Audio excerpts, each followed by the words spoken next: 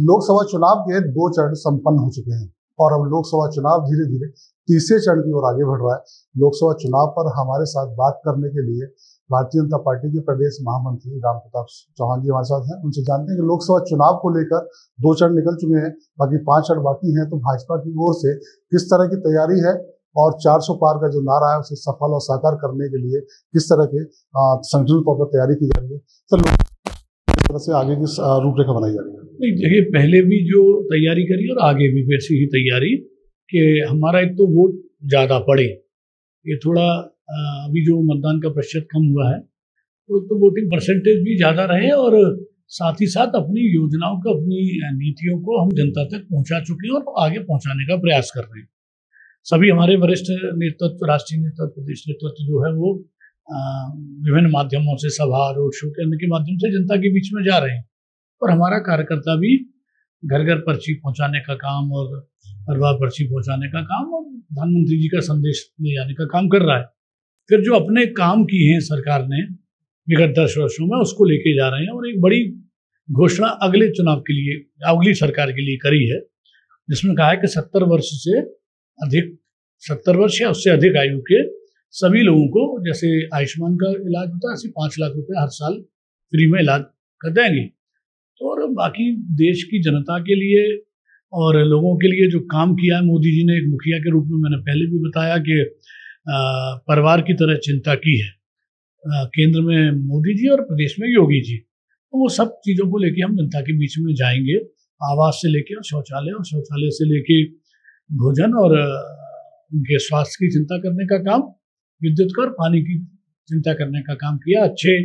Road Bharatiya Janata party की सरकार में बने हैं, अच्छे हाईवे बने हैं, अच्छे फ्लाईओवर बने हैं, रेलवे की कनेक्टिविटी बढ़ी है, एयर के अनेक जगह अपने जो पहले हवाई अड्डे गिने चुने हुआ करते थे हवाई अड्डे बने हैं और छोटे छोटे शहरों से भी हवाई जहाज की यात्रा की सुविधा है। तो वो सारी चीज़ें हैं और साथ ही साथ जो रोजगार के अवसर की बात थी ना, प्रधानमंत्री ने 2 करोड़ रोजगार की बात करी थी, जो बार बार लोग कहते हैं। 3.5 करोड़ लोगों को हम विभिन्न माध्यमों से रोजगार के अवसर का सृजन करा रहे हैं। जब इंफ्रास्ट्रक्चर बढ़ता है, जब सड़कें बनती हैं, पुल बनते हैं, हॉस्पिटल्स बनते हैं, अन्य जो इंफ्रास्ट्रक्चर के काम है, रेलवे की लाइनें बिजती हैं, सब काम होते हैं, तो उसमें रोजगार के अवसर का सृजन होता है। कौशल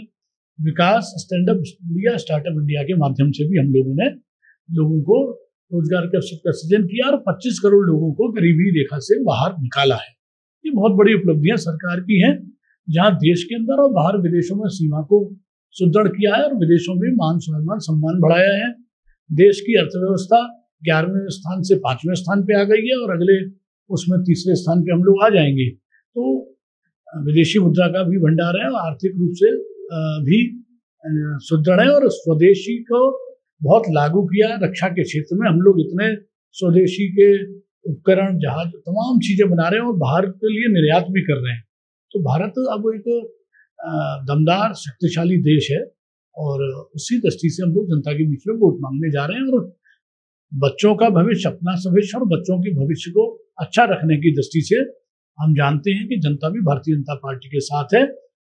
यही चाहते हैं कि सुविधाएं और शांति रहे। तो आप उत्तर प्रदेश में देख लीजिए, गुंडों को आज या तो जेल में चले गए या राम नाम सत्य हो गई और उनकी जो जमीनें जो घेरा करते थे, संगठित गिरोह थे, सारे समाप्त कर दिए योगी जी ने। तो इन्हीं बातों को लेके हम चुनाव में जा रहे हैं। वाराणसी के चुनाव में प्रधानमंत्री खुद चुनावी मैदान में है, प्रत्याशी के रूप में है, तो संगठन की किस तरह से तैयारी होगी उनके नामांकन को लेकर, उनके चुनाव प्रचार को लेकर, और किस तरह से चुनाव प्रचार रहने वाला है? देखिए, प्रधानमंत्री जी तो इतना काशी के लिए उधर हुआ है,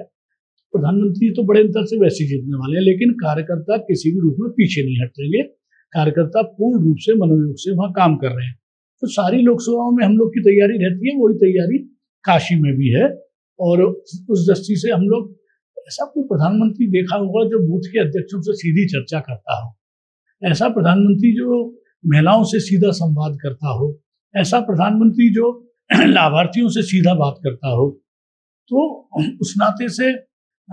उसी योजना के तहत काशी का भी चुनाव है और नामांकन मुझे लगता है कि अगले 1-2 हफ्ते के अंदर उनका नामांकन हो जाएगा। तो वो भी जैसे अभी माननीय राजनाथ जी का नामांकन बड़ी संख्या के साथ हुआ, ऐसे ही वहाँ होगा। प्रधानमंत्री जी को तो केवल एक दो बार वहाँ जाएंगे, वो तो जनता उनके लिए हर लोकसभा के लोग चाहते हैं कि प्रधानमंत्री जी हमारे यहाँ से लड़ जाएं तो हमारे भी क्षेत्र में और ज्यादा विकास हो जाए। लेकिन प्रधानमंत्री ने सबका साथ सबका विकास किया है, चाहे काशी का विकास किया है, तो वहाँ पूरे देश के सभी लोकसभा में उन्होंने काम कराया है, उसमें कोई भी लोकसभा छूटी नहीं। दो लोकसभा सीट है उत्तर प्रदेश की जो खासी चर्चाओं में है, अमेठी और रायबरेली में। कांग्रेस की ओर से अब तक प्रत्याशी के रूप में संशय की स्थिति है, आप किस तरह देखते हैं? कांग्रेस तो देखिए सशंकित पार्टी है, संशय है, ना तो उनकी नीति है, ना उनके पास नेतृत्व है, ना उनके पास कोई योजना है कि किस तरह से चुनाव लड़ना है, किसको चुनाव लड़ाना है,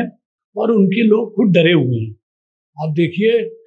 2 जगह तो कांग्रेस के प्रत्याशियों के पर्चे खारिज हुए, तो वो तो खुद ही भाग रहे हैं, बैकफुट पे हैं, और मुझे नहीं लगता कि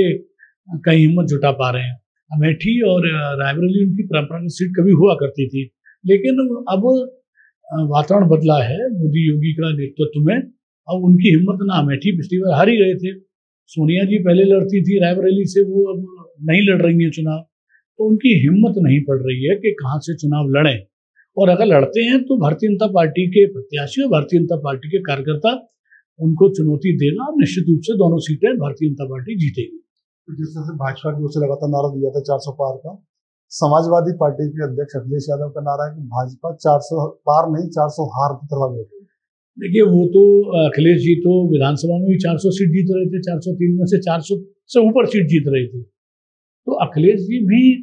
अब मैं नहीं समझ पाता क्या विदेशों में पढ़ के आदमी ज्यादा इंटेलिजेंट हो जाता है, मुझे नहीं लगता, क्योंकि राहुल गांधी और अखिलेश यादव दोनों बाहर से पढ़ के आए हैं। ये लोग क्या है ना, सोने की चम्मच लेके पैदा हुए लोग हैं, ये धरातल को नहीं देखते कि धरातल पर स्थिति क्या है, जनता क्या चाहती है। सनातन का विरोध करने वाले लोग और राम मंदिर के निमंत्रण का न्योता को ठुकराने वाले लोग, साथ ही साथ राम मंदिर बना तो कारसेवकों पर गोली चलवाने वाले लोग, भगवान राम को ना मानने वाले, उनका अस्तित्व ही नहीं है इसका एफिडेविट डालने वाले लोग, ये क्या भारतीय जनता पार्टी से लड़ेंगे, और क्या देश की जनता भी इनको समझ गई है। और जैसे अपन तो गांव से ये कहावत भी है कि जो राम का और गांव का नहीं वो किसी काम का नहीं, तो ये लोग जब राम के नहीं हुए तो किसी के नहीं होंगे, और केवल तुष्टीकरण के कारण कुछ वोट प्राप्त कर लो, इस तरह की बातें कर रहे हैं। पर मुझे नहीं लगता है अखिलेश जी अब की बार अपनी परंपरागत जो सीट उनकी हुआ करती थी वो भी बचा पाएंगे। सांसद भारतीय जनता पार्टी के प्रदेश महामंत्री राम प्रताप सिंह जी थे, और वो साफ तौर से कहा है कि संगठन के साथ और केंद्र सरकार और प्रदेश सरकार की नीति और जन कल्याण योजनाओं के साथ में चुनाव प्रचार में चुनावी मैदान में रहेंगे। साथ ही समाजवादी पार्टी के अध्यक्ष अखिलेश यादव पर तीखा हमला बोला है, कहा है कि अपनी परंपरागत सीटों को बचाना भी इस बार मुश्किल होगा।